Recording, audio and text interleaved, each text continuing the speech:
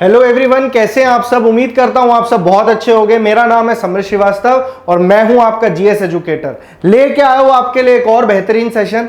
आज हम करेंगे स्टैटिक जीके का ताबड़तोड़ रिवीजन और इसमें मैं आपको back to back previous year questions करवाने वाला हूं, जो आपके जितने भी वनडे एग्जाम्स होते हैं उसमें से कलेक्ट कर करके मैं आपके लिए लाया हूं। चाहे वो एसएससी के एग्जाम हो, CGL, CHSL, MTS, railway, DSSB, AFCAT, CDS, मतलब जितने वनडे एग्जाम्स होते हैं सबका एक बढ़िया कॉम्पाइलेशन यहां मिलेगा आपको और बढ़िया तरीके से रिवीजन हो जाएगी। ये हमारा अभिनंदन बैच चल रहा है जिसको हम CGL के लिए टारगेट कर रहे हैं। तो इस बैच के थ्रू आप अपने जितने वनडे एग्जाम्स होते हैं सबका कोर्स कंप्लीट कर सकते हो। इस बैच के अंदर कौन कौन सी क्लासेस ली जाती हैं, कितने बजे क्लासेस आती हैं, वो सब मैं आपको लेक्चर के बीच में बताऊंगा। मेरी अभी तक काफी सारी क्लासेस आ चुकी हैं। मैं आपको जनरल अवेयरनेस पढ़ाता हूं और मेरी पूरी की पूरी प्लेलिस्ट इसी वीडियो के डिस्क्रिप्शन बॉक्स में जनरल स्टडीज प्लेलिस्ट करके आपको मिल जाएगी, तो वो सारे लेक्चर्स को आप एक्सेस कर पाओगे। तो शुरू करते हैं आज के पहले सवाल से। क्वेश्चंस बैक टू बैक आपके सामने फ्लैश होंगे। पिछली 4 से 5 क्लासेस में हम स्टैटिक जीके का ही रिवीजन कर रहे हैं और उससे पहले स्टैटिक जीके के एक एक टॉपिक भी मैंने आपको करवाया है। पॉलिटी करवाया है, हिस्ट्री करवाया है, तो सारे टॉपिक्स आपको मैंने बता दिए। प्लेलिस्ट पे जाइए और आज की क्लास में मिक्स सेट ऑफ क्वेश्चंस आने वाले हैं स्टैटिक जीके के इंपॉर्टेंट टॉपिक से। ठीक है, सारे PYQs हैं आपके। वीडियो को पॉज करके पहले क्वेश्चन सॉल्व करना, उसके बाद जब मैं आपको एक्सप्लेनेशन दूंगा तो हर क्वेश्चन के साथ मिनिमम आप 8 से 10 क्वेश्चन लेके जाओगे, इस बात की पूरी गारंटी देता हूं। चलिए शुरू करते हैं। पहला सवाल, which scientist discovered the radio active element radium. तो यहां पे किस साइंटिस्ट की बात हो रही है, तो इस क्वेश्चन का आंसर तो बनेगा मैरी क्वेरी। अब जो मैरी क्वेरी थी ये इकलौती ऐसी वुमेन है और पहली ऐसी फीमेल थी जिनको 2 नोबेल प्राइजेस मिले, वो भी 2 अलग अलग फील्ड में। मैंने अपने पिछले लेक्चर्स में आपको नोबेल प्राइज के बारे में बताया था कि भाई जो नोबेल प्राइज है इनकी शुरुआत 1901 में करी गई।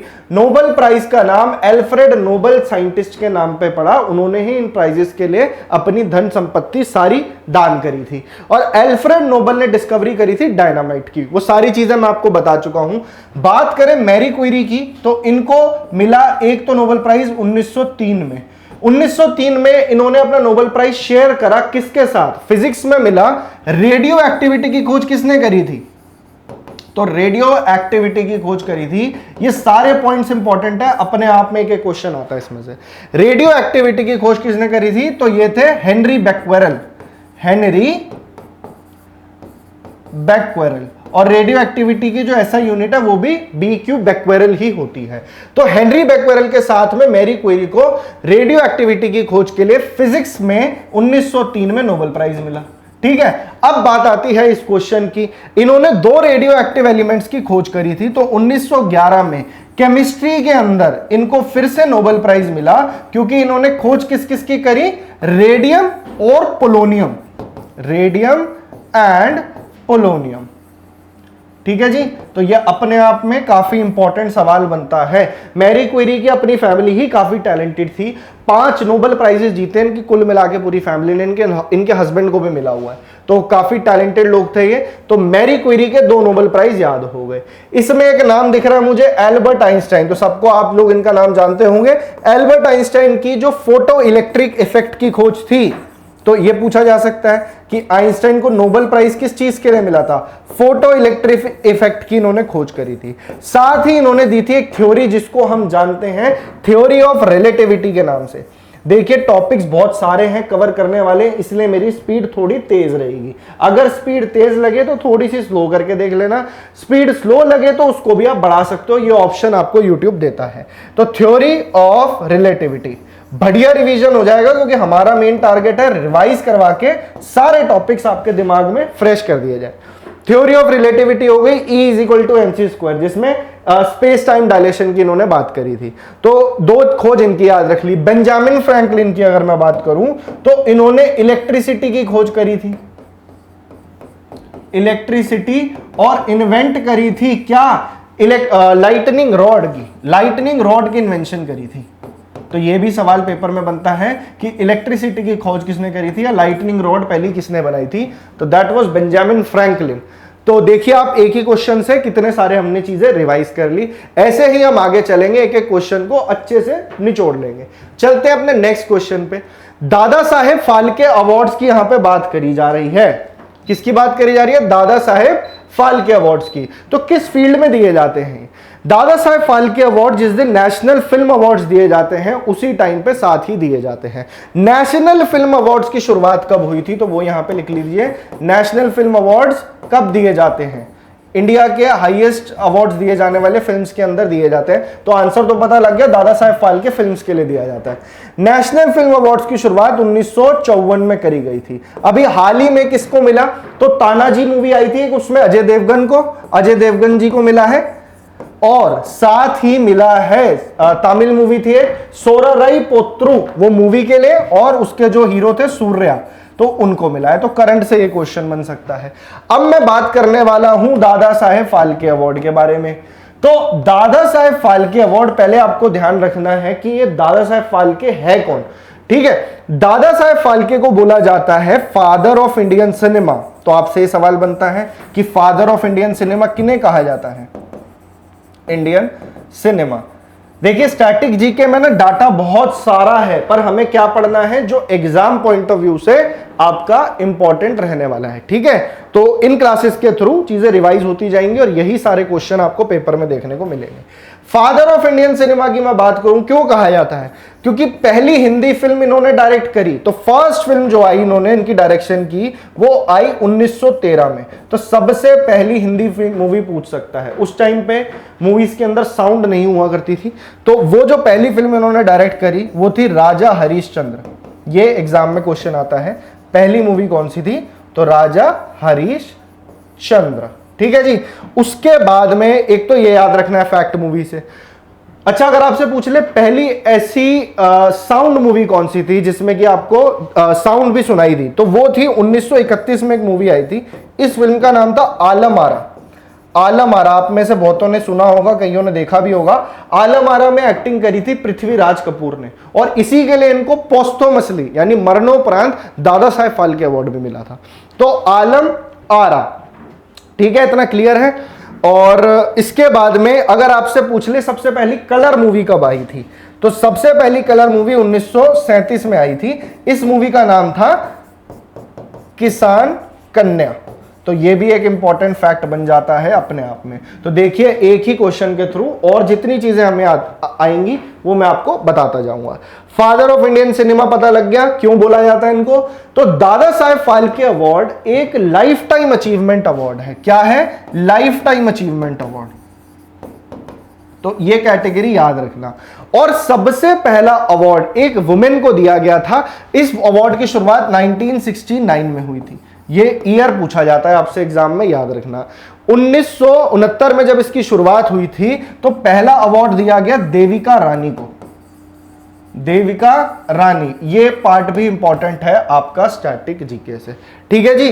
तो ये सारी इंफॉर्मेशन थी जो फिल्म से रिलेटेड थी, वो मैंने आपके सामने लिख दी है।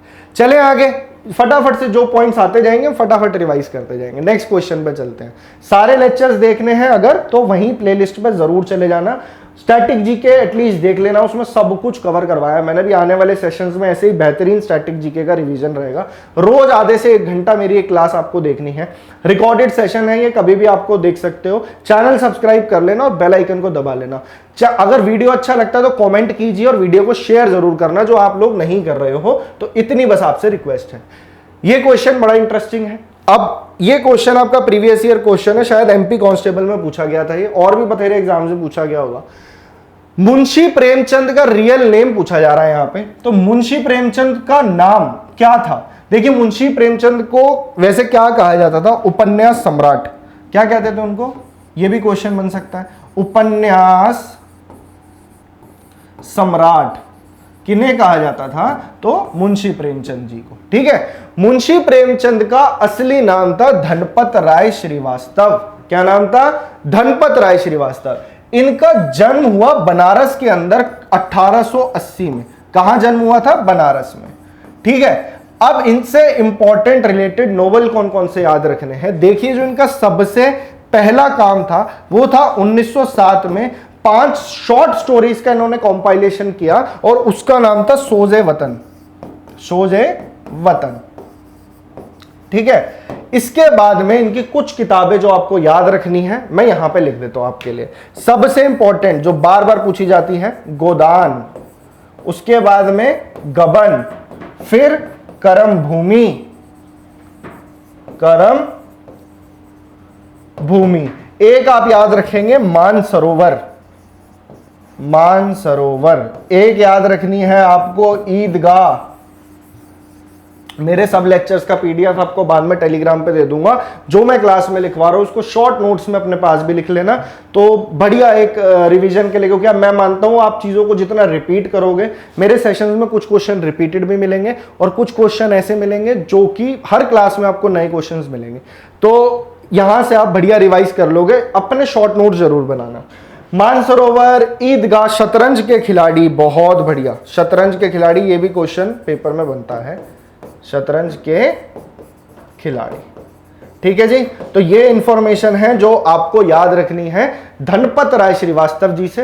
1880 में इनका जन्म हुआ था, इनकी मृत्यु 1936 में हुई थी। उपन्यास सम्राट के नाम से भी इन्हें जाना जाता है। चलें आगे, सारी चीजें क्लियर है। चलिए next question, India Wins Freedom किसने लिखी है? इंडिया विंस फ्रीडम, तो ये 4 ऑप्शन मेरे सामने हैं और चारों की एक एक 2-2 किताब तो बहुत इंपॉर्टेंट है, जो मैं आपको लिखवा देता हूं। तो एक एक करके शुरुआत करते हैं। सबसे पहले देखते हैं डॉक्टर राजेंद्र प्रसाद जी के बारे में। डॉक्टर राजेंद्र प्रसाद हमारे देश के पहले राष्ट्रपति प्रेसिडेंट थे। इनका टेन्योर सबसे लंबा था, 1950 से 1962 तक ये हमारे देश के प्रेसिडेंट रहे, ठीक है। कॉन्स्टिट्यूएंट असेंबली के भी पहले इलेक्टेड प्रेसिडेंट ये थे, वो सब मैं आपको पॉलिटी में बता चुका हूं। और डॉक्टर राजेंद्र प्रसाद की किताब जो आपको याद रखनी है वो है इंडिया डिवाइडेड। सिंपल है, एक किताब इनके नाम से याद रखनी है, इंडिया डिवाइडेड, क्योंकि यही एग्जाम में बार बार पूछी जाती है।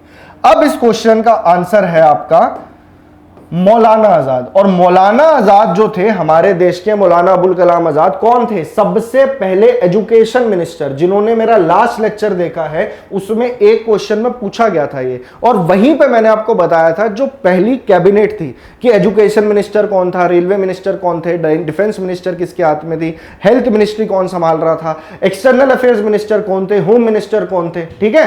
तो वो सारा आपको पिछले लेक्चर में मिल जाएगा, तो इसलिए सब लेक्चर्स देखना जरूरी है। स्टैटिक जीके की ये सीरीज तो जरूर देखनी है।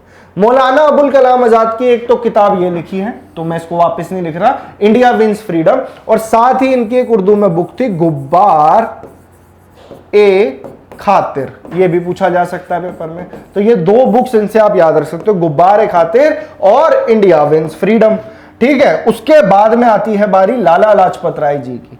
ये एक बहुत ही प्रसिद्ध गरम दल के नेता थे, लाल बाल और पाल में से लाला लाजपत राय जी। इनको पंजाब केसरी भी कहा जाता था, ये क्वेश्चन भी पूछा जाता है, पंजाब केसरी किन्हें कहा जाता था। और फिर जब साइमन कमीशन को लेकर प्रोटेस्ट चल रहे थे तो इनके सर पे लाठियां पड़ने की वजह से इनकी मौत हो गई, और उसके बाद में उसका बदला लिया भगत सिंह सुखदेव ने, ठीक है ना। गोली मारी थी साइमन को कह रहा हूं, वो जो सॉन्डर्स था, ठीक है। तो लाला लाजपत राय जी की आपको जो बुक याद रखनी है, उस बुक का नाम है अनहैप्पी इंडिया। अनहैप्पी इंडिया, अंग्रेजों के राज पे इंडिया हैप्पी हो ही नहीं सकता था, अनहैप्पी था, ठीक है। तो अनहैप्पी इंडिया ऐसे याद रख सकते हो। और जवाहरलाल नेहरू की 2 किताबें वेरी वेरी इंपॉर्टेंट, यहां मैं लिख रहा हूं दोनों के नाम। तो एक तो है glimpses of world history, glimpses of world history, बहुत जरूरी बुक है ये एग्जाम पॉइंट ऑफ व्यू से। पहले एक्सटर्नल अफेयर्स मिनिस्टर थे, ये प्राइम मिनिस्टर थे, साथ में एक्सटर्नल अफेयर्स मिनिस्ट्री भी संभालते थे। और जो एक्सटर्नल अफेयर्स मिनिस्टर होगा उसे पूरी दुनिया की हिस्ट्री, ज्योग्राफी सब कुछ पता होगा, है ना। तो ऐसे याद रख सकते हो, ग्लिम्पसेस ऑफ वर्ल्ड हिस्ट्री। साथ ही इन्होंने किताब लिखी थी डिस्कवरी ऑफ इंडिया, इन्होंने जेल में बैठ के लिखी थी बुक, डिस्कवरी ऑफ इंडिया। तो ठीक है, तो देखिए एक क्वेश्चन से आपने कितने सारे क्वेश्चन उठा लिए, 1 2 3 4 5 6, ठीक है। तो 6 से 7 क्वेश्चन आपको इसी एक क्वेश्चन की हेल्प से मिल गए। चले अब नेक्स्ट क्वेश्चन पे चलते हैं, देखते हैं और क्या पूछा जा रहा है। ठीक है, तो अब दोबारा से अवार्ड्स की बात करी गई है। यहाँ पे यूनेस्को एक प्राइज देता है जिसको कहा जाता है कलिंग प्राइज। और कलिंग एंशिएंट टाइम पे किसे कहा जाता था? उड़ीसा को कहा जाता है कलिंग। और कहीं ना कहीं उड़ीसा से रिलेटेड है। 1952 के अंदर उस टाइम पे जो उड़ीसा की गवर्नमेंट थी, काफी मोटा डोनेशन किया था और उसके बाद में इस प्राइज की शुरुआत करी यूनेस्को ने। तो यूनेस्को के बारे में मैंने आपको बताया, यूनेस्को एक इंटरनेशनल ऑर्गेनाइजेशन है जिसका हेडक्वार्टर्स है पेरिस में। कई बार रिपीट हो चुका है ये, अगर आप मेरे लेक्चर्स देख रहे हो तो आपको चीजें समझ में आएंगी। पेरिस में हेडक्वार्टर है, इनके अभी हेड है ऑड्रे अजोले। इसकी स्थापना 1945 में हुई थी, तो वो सब मैं अभी नहीं बताऊंगा, वो सब मैं पहले बता चुका हूं। कलिंग प्राइज की शुरुआत हुई। कलिंग प्राइज किस फील्ड में दिया जाता है? तो साइंस एंड टेक्नोलॉजी में, साइंस एंड टेक्नोलॉजी में। लास्ट 2021 में प्राइज मिला था, किसको मिला था?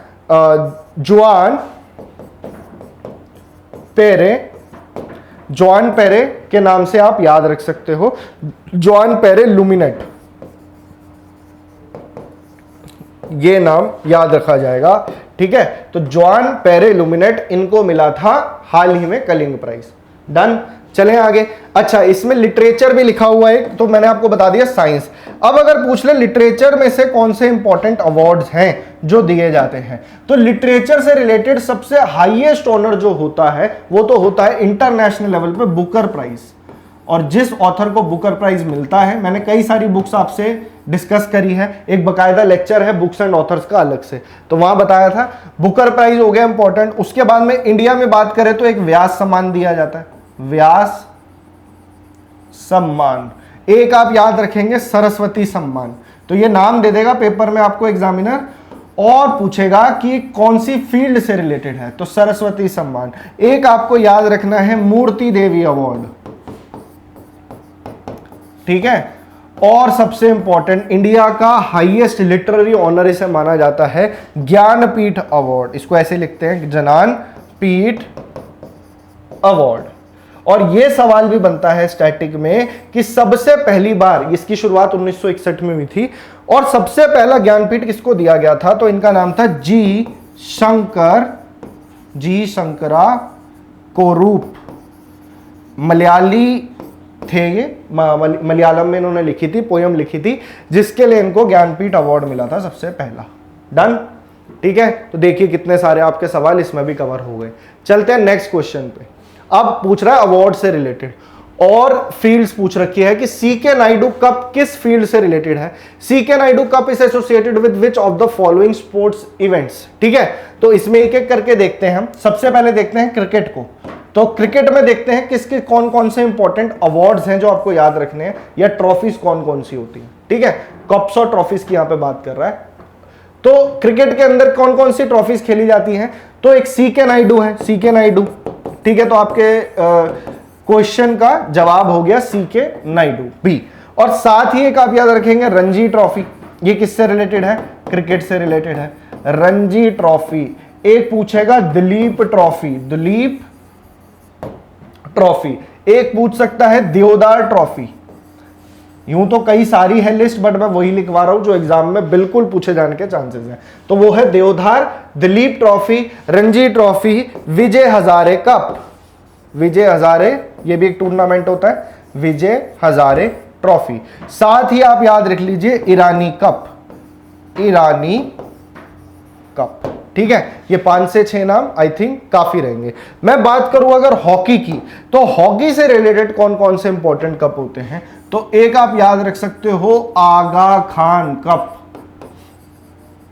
आगा खान कप, ठीक है। और ध्यानचंद ट्रॉफी, ये तो नाम ही आपका हॉकी से रिलेटेड है, ध्यानचंद ट्रॉफी, ठीक है। 2 बता दिए। और एक लिख लीजिए आप Azlan Shah trophy, Azlan Shah cup.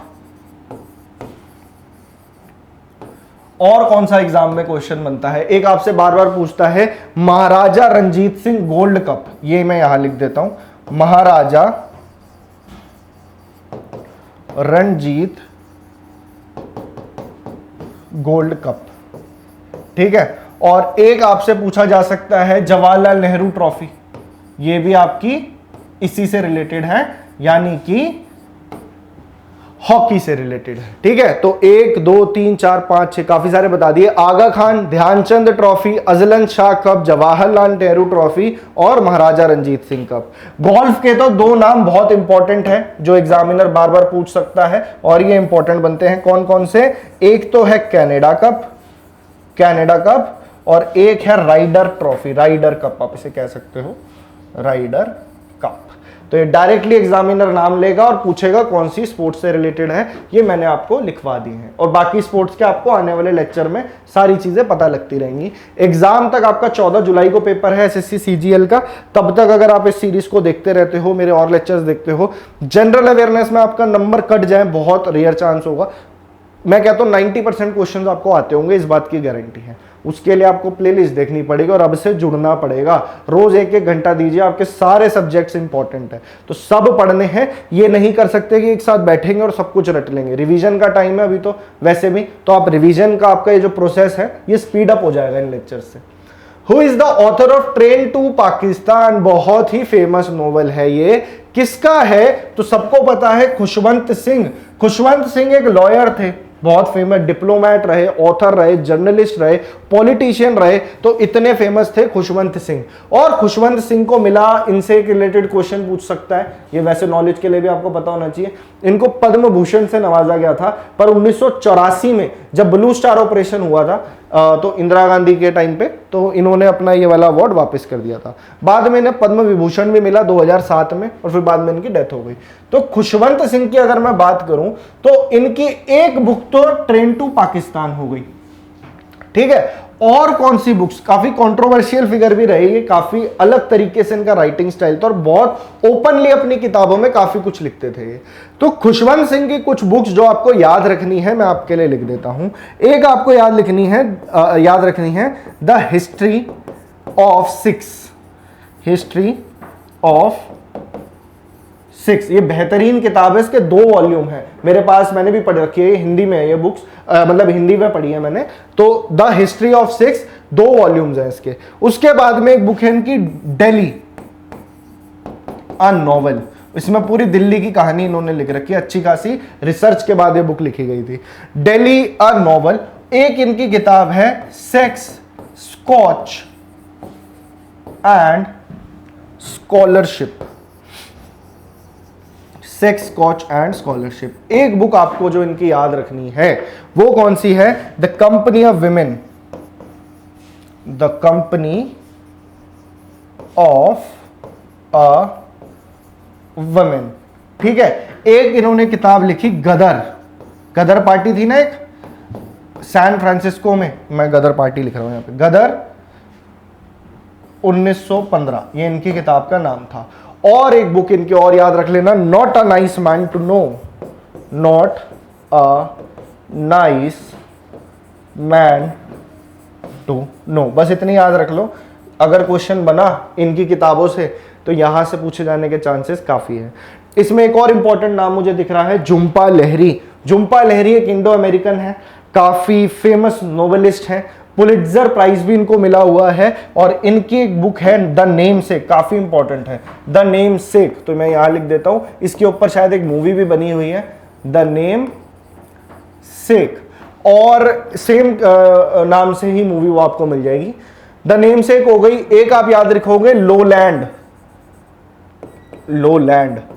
एक इनकी याद रख लेना इंटरप्रेटर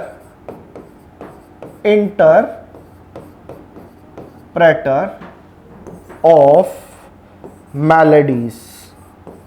आई होप आपको क्लियरली दिख रहा है, जबकि मैं आपको बोल भी रहा हूं चीजें, अगर कुछ ना समझ में आए तो सुन के अपने हैंडराइटिंग में इसको लिख लेना। Interpreter of melodies. एक बुक और याद रख लो बस लास्ट, वेयर अबाउट्स।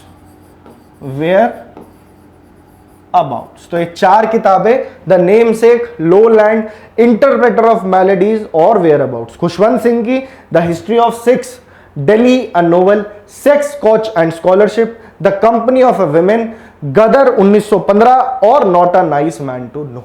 ठीक है जी, एक अमीश त्रिपाठी भी है इसमें इंपॉर्टेंट। अमीश त्रिपाठी ज्यादातर माइथोलॉजिकल स्टोरीज लिखते हैं, जैसे कि इनकी वो आई थी शिवा ट्रिलॉजी, उसमें इन्होंने इमोर्टल्स ऑफ मेलुहा लिखी है, ठीक है, the oath of Vayuputra, secret of Nagas, एक इन्होंने लिखी है Sita the warrior of Mithila, Raavan the enemy of Vayu, the Aryavarta. तो इस टाइप की बुक से लिखते हैं। तो जितनी भी आपको माइथोलॉजिकल करेक्टर से रिलेटेड दिखे बुक्स, तो आप अमीश त्रिपाठी लगा सकते हो।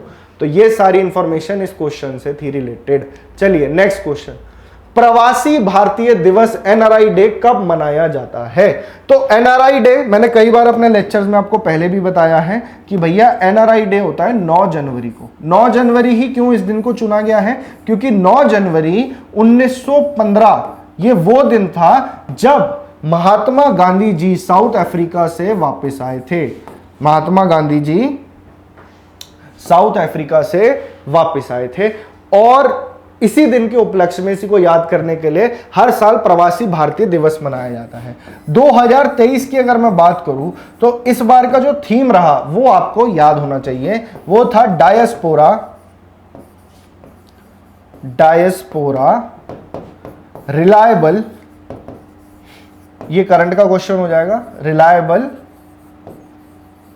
Partners in India's progress, reliable partners in India's progress in Amritkaal. Amritkaal चल रहा है अभी सरकार के हिसाब से, तो बस अमृतकाल था इसके बीच में फोकस, अमृतकाल। ठीक है जी, done. Diaspora reliable partners in India's progress in Amritkaal. तो ये था इस साल का थीम जो आपको याद होना चाहिए। ठीक है, बहुत सारी चीजें हैं पढ़ने के लिए, अब स्टैटिक का पोर्शन इतना है, इसीलिए मैं आपको पूरा लेक्चर ये पैक्ड मिलेगा। टाइम बिल्कुल नहीं होता कि आपके साथ बिल्कुल भी आपका एक एक मिनट अभी कीमती हो रखा है, एग्जाम में आपका बिल्कुल अभी आप घुसे होंगे बुरी तरह, तो ये एक लेक्चर आपको मोटिवेट ही करेगा इस तरीके से कि भाई आपको पढ़ना है। अब वो टाइम आ गया है जब आपको चीजें फटाफट रिवाइज करनी है, और ये वाले लेक्चर्स बहुत बेनिफिशियल होने वाले हैं आपके लिए रिवीजन के लिए। ठीक है, रिवीजन के लिए बेस्ट लेक्चर्स में से कहूंगा, आप खुद जज करना, बाकी लेक्चर्स देखना तो आपको समझ में आएगा कि ऑल ओवर जनरल अवेयरनेस हमारी टच हो रही है। एग्जाम में जब आप जाओगे, आपने जितने मैक्सिमम क्वेश्चंस प्रैक्टिस करे होगे, उसी में से कहीं ना कहीं एसएससी का पैटर्न बता रहा हूं, चमकेगा क्वेश्चन जरूर पेपर में। When is the National Youth Day observed? National youth day किस उपलक्ष्य में मनाया जाता है? तो पहली बात तो 12 जनवरी को मनाया जाता है हर साल, और इस दिन स्वामी विवेकानंद जी का बर्थडे होता है। स्वामी विवेकानंद, इनके बारे में मैंने पहले भी आपको डिटेल में बताया है। स्वामी विवेकानंद शिकागो में गए थे, इंडिया को रिप्रेजेंट किया था, वेदांत की फिलॉसफी को फैलाया था। शिकागो में वर्ल्ड पार्लियामेंट थी रिलीजन्स की, तो वहां पे इन्होंने बड़ी आइकॉनिक स्पीच दी थी, brothers and sisters of America. बस इन्हीं के बर्थ एनिवर्सरी पे 12 जनवरी को नेशनल यूथ डे मनाया जाता है। अगर पूछ ले इंटरनेशनल यूथ डे कब मनाया जाता है, तो मैं यहां लिख देता हूं इंटरनेशनल यूथ डे। तो डेट बिल्कुल सेम है, बस महीना जो है वो अलग है। डेट हो गई 12 और जो मंथ है वो है अगस्त। ठीक है, तो ये हो गई इंटरनेशनल यूथ डे। इस बार का 2023 का थीम फिर से याद रखना है, तो आपको याद रखना है विकसित, यहां मैं लिख देता हूं विकसित युवा और विकसित भारत। ठीक है, ये सिंपल सा थीम है, विकसित युवा विकसित भारत। बस थोड़ा सा लेक्चर और बचा है, यहां तक देखा है तो आगे भी देख के जाना और बेहतरीन क्वेश्चंस लेके जाओगे। चलिए, where does Brahmaputra river originates from? अगर आपने मेरी लास्ट टू लास्ट क्लास देखी है, उसमें मैंने आपको गंगा और इंडस के बारे में बताया था। अब पूछ रहा ब्रह्मपुत्रा रिवर के बारे में कि कहां से निकलती है। तो ब्रह्मपुत्रा रिवर के बारे में कुछ पॉइंट्स जो आपको याद रखने हैं, देखिए मैं आपको मैप के थ्रू भी दिखा दूंगा अभी। ब्रह्मपुत्रा रिवर की जो टोटल लेंथ है वो है 2900 किलोमीटर के आसपास। One of the world's lengthiest rivers में से है और इंडिया की लार्जेस्ट रिवर है बाय वॉल्यूम। गंगा सबसे लंबी नदी है और लार्जेस्ट अगर पूछ ले तो ब्रह्मपुत्रा है। ब्रह्मपुत्रा कहां से निकलती है? तो भैया तिब्बत से निकलती है, कैलाश के पर्वतों में से, और वहां पे एक ग्लेशियर है जिसका नाम है चेमा युंगडुंग ग्लेशियर। चेमा युंगडुंग दुंग ग्लेशियर निकली है तिब्बत से और इंडिया के साथ, जो इंडिया का नॉर्थ ईस्ट वाला हिस्सा है, देखिए मैं आपको दिखाई देता हूं, आई होप आपको इस मैप में दिख रहा होगा। देखिए ये वाली, इसमें गंगा भी मिक्स हो गई है, तो मैं आपको यहां से डॉट पकड़ाता हूं। ये निकली आपकी ब्रह्मपुत्रा नदी, ठीक है। और ये है नदी ब्रह्मपुत्रा, ये इंडिया के साथ साथ पैरेलली ट्रैवल कर रही है और ये तकरीबन 1200 किलोमीटर तक इंडिया के साथ साथ चलती है और वहां पे इसका नाम होता है सांगपो। तो आपसे एग्जामिनर पूछता है कई बार सांगपो और किस नदी को कहा जाता है, तो सांगपो को बोला जाता है ब्रह्मपुत्रा को।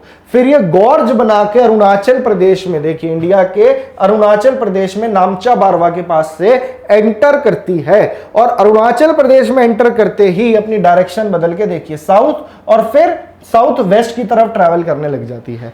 अब जैसे ही ये इंडिया में आती है तो अरुणाचल में इस नदी का नाम क्या है वो पूछ सकता है। तो इस नदी का नाम अरुणाचल में होता है दिहांग। क्या नाम होता है? दिहांग रिवर। अगर एग्जामिनर पूछ ले कि सुबानसिरी किसकी ट्रिब्यूटरी है, संकोश किसकी ट्रिब्यूटरी है, तो यहां पे मैं आपके लिए ब्रह्मपुत्रा नदी की इंपॉर्टेंट सहायक नदियों के नाम लिख रहा हूं, इंपॉर्टेंट ट्रिब्यूटरीज की, ठीक है, जो नदियां इसमें आके छोटी छोटी मिलती हैं। तो उसमें से एक आप याद रखेंगे मनास। मनास एक नेशनल पार्क और टाइगर रिजर्व भी है इस नाम से, असम में। मनास है, सबसे पहले लोहित है, ठीक है, दिबांग, दिबांग एक आप याद रख लो, संकोश एक आप याद रख लीजिए, सुबानसिरी, सुबानसिरी। तो ये 4 से 5 नाम हो गए। तो ये 5 इंपॉर्टेंट ट्रिब्यूटरी जरूर याद रखना। तो नाम क्या था इस नदी का जब ये शुरू में निकली थी? तो इसका नाम था यारलुंग जांगपो यानी सांगपो। और फिर ये जाके अरुणाचल में जाती है। अरुणाचल में इसका नाम क्या पड़ा? दिबांग। लोहित इसको मिलती है, लोहित मैंने लिखवा दिया, हाँ लोहित है। फिर सुबानसिरी है, संकोश है, ये सारी नदियां इसको लेफ्ट और राइट बैंक से पकड़ती है और फिर ये चली जाती है जहां पे गंगा जाती है, यानी कि आपके बांग्लादेश में। जैसे ही ये बांग्लादेश में एंटर करती है तो इसका नाम क्या पड़ जाता है? इसका नाम हो जाता है जमुना। क्या नाम हो जाता है? जमुना। और अगर आपसे पूछ ले तीस्ता नदी किसकी ट्रिब्यूटरी है, तो वो जमुना की ट्रिब्यूटरी है, क्योंकि बांग्लादेश में इस नदी को मिलती है तीस्ता रिवर। ये देखिए मैंने मार्क किया यहां पे आपके लिए, ये रहा। तो तीस्ता जो है जमुना की ट्रिब्यूटरी बन गई। और जमुना जब आगे जाती है, जो गंगा की स्ट्रीम आ रही है, यहां पे देखिए पद्मा, ये दोनों आपस में मिलती है और ये सिंगल धारा बनके सारा एरिया आपका वेटलैंड जो वो एरिया है सुंदरबंस का, वो बनाती हुई बे ऑफ बंगाल की, बंगाल की खाड़ी में जाके बह जाती है। तो आपके दिमाग में सिर्फ क्वेश्चन ही क्लियर नहीं करवाया मैंने, थोड़ा बहुत आइडिया भी दे दिया कि इसका ड्रेनेज पैटर्न क्या होता है। तो ज्योग्राफी में से भी कुछ ऐसा क्वेश्चन अगर बन जाए तो आप लगा पाओगे। इंपॉर्टेंट ट्रिब्यूटरीज पूछ लेगा, इसके नाम पूछ लेगा, सांगपो, दिहांग। और हाँ, इसको ना रेड रिवर भी कहा जाता है। क्या कहा जाता है? Red river. तो ये भी एक फैक्ट है, एज इट इज याद रखना, रेड रिवर। ठीक है, ये आपको मैंने मैप दिखा दिया। तो आज की क्लास को यहीं तक रखते हैं। फिर से मैं कल आऊंगा, दोबारा से सारे बढ़िया बढ़िया क्वेश्चन लेके आऊंगा और इसी तरीके से हम प्रैक्टिस करेंगे। अगर आपको ये पढ़ाने का तरीका पसंद आया और आपको लेक्चर में मजा आया, मजे से ज्यादा जरूरत है कि आपके एग्जाम में जो आ रहा है भैया वो आपको यहाँ पे पढ़ाया जा रहा है। अभी आने वाले क्लासेस में इंपॉर्टेंट डांसेस, फेस्टिवल और स्टैटिक जीके में और हम डैम्स पढ़ेंगे, रिवर्स है, इंपॉर्टेंट डेज है, इंटरनेशनल ऑर्गेनाइजेशन है, नेशनल ऑर्गेनाइजेशन है। हालांकि अलग अलग लेक्चर्स भी मैंने डाले हैं, तो मैं तो यही सजेस्ट करता हूं आपको कि पूरी प्लेलिस्ट पे एक बार नजर डाल लेना। सब टॉपिक्स के नाम लिखे हैं, चाहो तो सारे पढ़ सकते हो, अगर मन करे तो जो आपको टॉपिक्स में आप वीक हो आप उन्हें पढ़ सकते हो। पर ये स्टैटिक जीके की जो सीरीज चल रही है ना, ये जरूर पकड़ के रखना, तो आपका ऑल ओवर रिवीजन होता चला जाएगा। एक इंपॉर्टेंट अनाउंसमेंट मैं आपके लिए कर देता हूं, यहां तक आपने लेक्चर देखा है तो ये हमारा अभिनंदन बैच है, ये मैंने आपको बता दिया। 79 दिनों का ये हमारा प्रोजेक्ट है जिसमें हम आपको कंप्लीट सिलेबस करवा रहे हैं। कौन कौन सा? तो मेरा नाम है समृद्ध और मेरी क्लास रोज आती है, जनरल अवेयरनेस में आपको पढ़ाता हूं, मैंने आपको बता दिया। ये है आपके साइंस वाले सर, अभिषेक सर, ठीक है, ये आपको साइंस करवाएंगे और ये करवा रहे हैं। इनकी प्लेलिस्ट भी सेम वहीं पे मिल जाएगी जनरल स्टडीज के नीचे। फिजिक्स, केमिस्ट्री, बायो में आपको बढ़िया करवा देंगे, आजकल बहुत अच्छे टॉपिक से लेके आ रहे हैं, तो आप देख सकते हो। इंग्लिश का कोर्स भी चल रहा है, तो उनकी प्लेलिस्ट भी आपको सेम जगह पे मिल जाएगी। और ये है रोहित सर जो आपको रीजनिंग प्रैक्टिस करवाते हैं, कंप्लीट रीजनिंग आप इनकी प्लेलिस्ट से पढ़ सकते हो, प्रिपेयर कर सकते हो, ठीक है ना। तो आई होप आपको चीजें समझ में आई होंगी, उम्मीद करता हूं आप कल भी लेक्चर देखेंगे। चैनल ना सब्सक्राइब जरूर कर लेना और बेल आइकन को जरूर क्लिक कर लेना। मिलता हूं मैं अब आपसे कल, तब तक के लिए thank you so much and keep learning. Thank you.